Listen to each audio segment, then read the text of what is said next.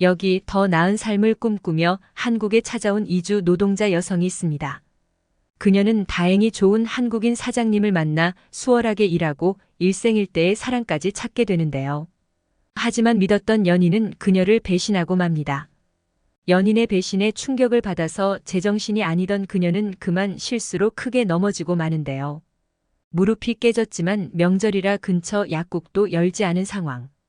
그녀는 아픈 다리를 이끌고 24시간 약국이 있다는 곳을 향해 버스를 타고 갑니다. 하지만 시련은 여기서 끝나지 않습니다. 30분 후, 그녀는 차창 밖을 내다보고는 절망의 표정을 짓고 맙니다. 과연 무슨 일이 있었던 것일까요? 함께 알아보겠습니다. 안녕하세요. 저는 한국 중소도시에서 이주 노동자로 일하고 있는 킴스레이 로아시라고 합니다. 저는 고용허가제 한국어 시험을 합격하여 캄보디아의 수도 푸놈펜에서 이곳 한국에서 오게 되었는데요. 처음 인천공항에 도착했을 때 희열을 아직까지 잊을 수 없습니다. 살면서 그렇게 큰 공항은 처음이었어요. 최신식 첨단 시설과 현대적인 디자인으로 구성된 공항에 저는 그야말로 압도당했습니다. 공항을 구경하면서 앞으로의 생활이 무척 기대된다고 생각했죠. 물론 걱정도 있었습니다.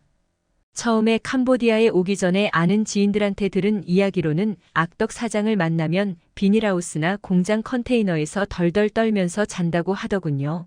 저는 다행히도 사장님이 괜찮은 분이라 냉난방이 제대로 되는 기숙사도 제공해 주셨고 근로시간을 지키지 않거나 야근 수당을 빼먹는 곳도 아니었어요. 물론 한 방에서 여럿이서 생활해야 한다는 점이 좀 불편하긴 했지만 더 열악한 환경에서 일하는 이주 노동자들에 비하면 호사스럽다고 생각했어요. 저는 한국에서 남자친구도 사귀었습니다. 저 같은 캄보디아 노동자들은 SNS에서 이성 친구를 구하는 글을 보고 연락하거나 혹은 주변인들이 소개해준 남자와 연애하기도 했습니다. 저도 페이스북에서 이성 친구를 구한다는 글을 올렸다가 연락을 준 남자 중 한 명과 연애를 시작했습니다. 그는 소방 밸브 생산업체에서 일하고 있는 남자였습니다. 1년 동안 사랑을 키워갔고 당연히 결혼까지도 생각했습니다. 한국의 명절날인 설날이 다가왔고 명절 때는 공장도 쉬었기 때문에 잠시 고향에 다녀오는 친구들도 많았습니다. 저는 남자친구와 함께 저희 부모님이 계신 고향으로 가기로 약속했습니다.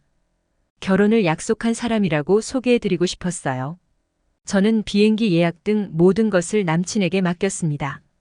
그리고 저녁 비행기를 타기 위해 인천공항에 도착한 날. 비행기 시간이 얼마 남지 않았는데 여전히 그가 나타나지 않는 겁니다. 계속 전화를 걸었으나 받지 않았죠.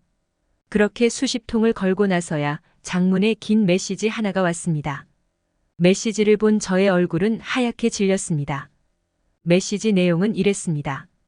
사실 그는 미혼의 노총각이 아닌 캄보디아에 있는 아내와 별거 중이었던 유부남이었습니다. 원래는 와이프랑 헤어질 생각으로 저를 만났었는데 와이프가 먼저 사과를 요청하기 위해 한국까지 찾아왔었다면서 그녀에게 다시 돌아갈 생각이라고 말했습니다. 일이 이렇게 될 줄 몰라 정말 미안하고 며칠 전부터 솔직하게 말하려고 했었는데 입이 차마 안 떨어져서 이렇게 메시지를 보낸다고 말했습니다. 화가 난 저는 어떻게 사람을 이렇게 감쪽같이 속일 수 있냐면서 극대로 했습니다. 공항까지 사람을 불러놓고 이게 뭐하는 짓이냐면서 쓰레기 같은 인간이라고 온갖 욕을 했어요. 그리고 당장 비행기 표값을 돌려달라고 이야기했습니다. 그렇지만 그는 또다시 황당한 발언을 했습니다. 지금 당장 돌려줄 만한 상황이 아니라는 거예요. 그러면서 너무 미안하다면서 돈은 꼭 갚겠다고 말했습니다. 저는 기가 막히고 코가 막혔지만 제가 당장 할 수 있는 일은 없었습니다. 다들 휴가를 가거나 가족을 보려고 캄보디아로 떠나 기숙사 안에는 저 혼자만 덩그러니 남겨져 있었습니다.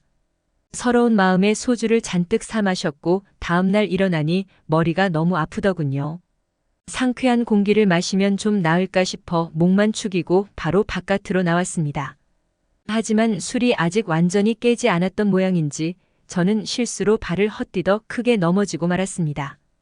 고통이 엄습하여 무릎을 보니 아주 제대로 깨졌더군요.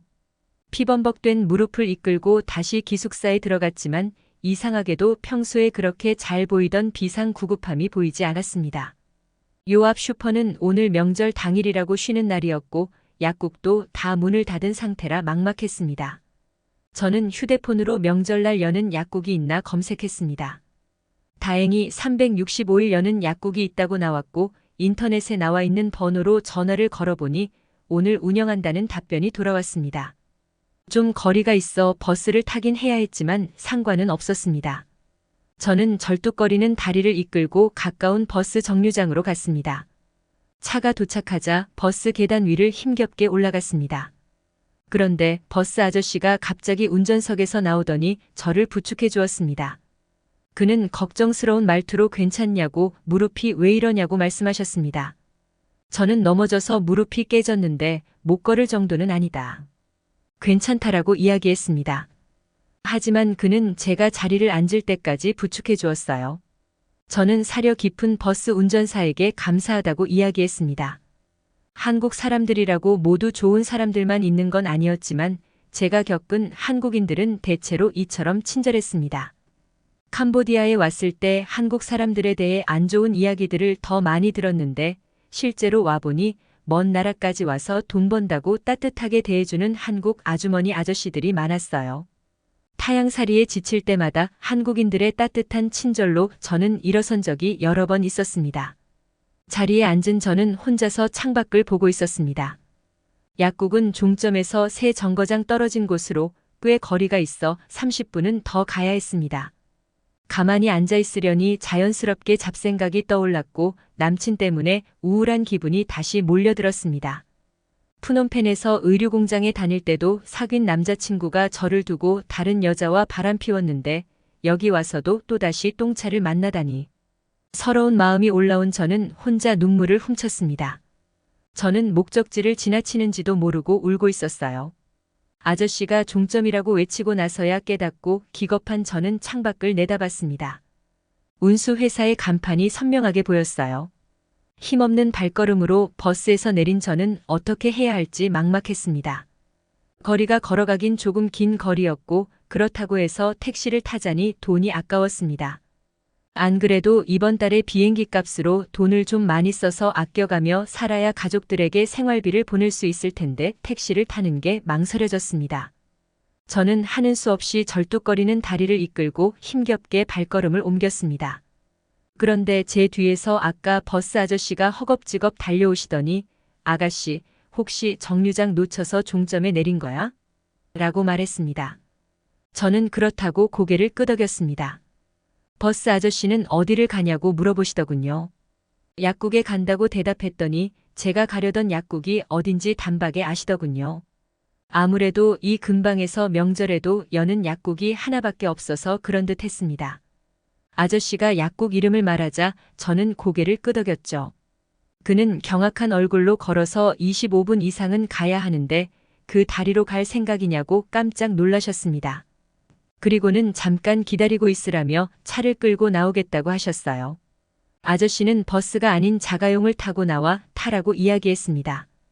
저는 당황해서 처음엔 사양했지만 아저씨가 계속 끈질기게 권하는 바람에 결국 차에 탔습니다. 버스 운행은 안 하셔도 되냐고 물어보니 원래 오늘 일하는 날이 아닌데 다른 버스 기사가 집안일 때문에 늦어져서 오전 동안 대신해 준 것뿐이라고 이야기했습니다. 자기도 집에 가는 길이니 약국에서 내려주겠다고 말씀하셨어요. 감사한 아저씨 덕분에 저는 편하게 약국에 도착할 수 있었습니다. 그런데 약국에서 또다시 문제가 발생했습니다. 체크카드 마그네틱 부분이 자꾸 오류가 나는 것이었습니다. 이전부터 가끔 이렇게 오류가 나서 다시 발급받아야 했던 것을 자꾸 미뤘더니 이런 불상사가 발생했습니다. 5번 이상 시도했는데도 오류가 나자 저는 어쩔 수 없이 약국을 나왔습니다. 한데 약국 앞에서 아직도 버스 기사 아저씨의 차가 그대로 있는 것입니다. 아저씨는 왜 약도 없이 그냥 나왔냐고 물어보셨어요. 저는 체크카드가 인식이 안 돼서 그냥 나왔다고 말했습니다. 그러자 아저씨는 차 밖으로 나와 다시 들어가자고 이야기했습니다. 아저씨는 저 대신에 밴드와 소독약, 연고를 모두 결제해 주셨습니다. 저는 아저씨한테 계좌번호를 알려주시면 꼭 갚겠다고 이야기했어요. 아저씨는 뭐 얼마나 한다고 그걸 갚냐면서 데려다 줄 테니 다시 차에 타라고 이야기했습니다. 왜 안 가고 계셨냐고 물어봤더니 절뚝거리는 저의 뒷모습을 보니 집에 갈 때도 힘들겠구나 싶어 일부러 기다렸다고 말씀하셨습니다. 약국에 데려다 주시는 것도 모자라 집까지 태워다 주시고 약까지 사주신 아저씨에게 저는 크게 감동하였습니다. 남자친구 때문에 힘들었던 마음이 감동의 물결로 뒤덮였습니다. 저는 울먹이는 목소리로 왜 이렇게 잘해주시냐고 물어봤어요. 그랬더니 아저씨는 이렇게 답했습니다. 딸 같아서. 우리 딸도 영국에 유학 가 있는데 서러운 일이 많은지 얼마 전에 통화하면서 울더라고. 자네가 아까 버스 안에서 우는 거 보고 우리 딸이 생각났어. 한국살이 쉽지 않지? 그래도 힘내다 보면 좋은 날이 올 걸세. 아저씨의 포근한 몇 마디 때문에 저는 시련의 상처를 극복할 수 있었습니다. 나를 이렇게 응원해주는 사람들이 있으니 더 악착같이 살아야겠다는 마음이 들었어요. 다시 평온한 일상으로 돌아온 저는 곧이어 전 남친한테 뺏긴 비행기 값도 돌려받았습니다. 돈을 받기 위해 그가 일하던 소방밸브 업체까지 갔지만 그는 이미 회사를 관둔 상태였습니다. 하지만 저의 사연을 들은 사장님께서 도와주겠다고 말씀하시더니 그와 같이 일했던 동료들에게 고기를 사주시며 살살 구슬렸습니다. 그리고 마침내 그의 거처를 알아냈죠. 한국에 와서 사귄 캄보디아 친구들과 쳐들어가 깽판을 쳤고 결국 비행기 값을 돌려받을 수 있었습니다. 이틀 뒤가 출국 날이었다는데 진짜 조금만 늦어져도 큰일 날 뻔했어요. 이렇듯 한국 분들의 도움과 관심 덕분에 저는 오늘도 행복하게 살아가고 있습니다. 친절한 버스 아저씨 덕분에 시련의 상처를 극복하고 씩씩하게 살아가는 캄보디아 아가씨의 이야기 어떻게 보셨나요? 저희 클릭뉴스는 언제나 여러분의 감동적인 사연을 기다리고 있으니 제보 부탁드립니다.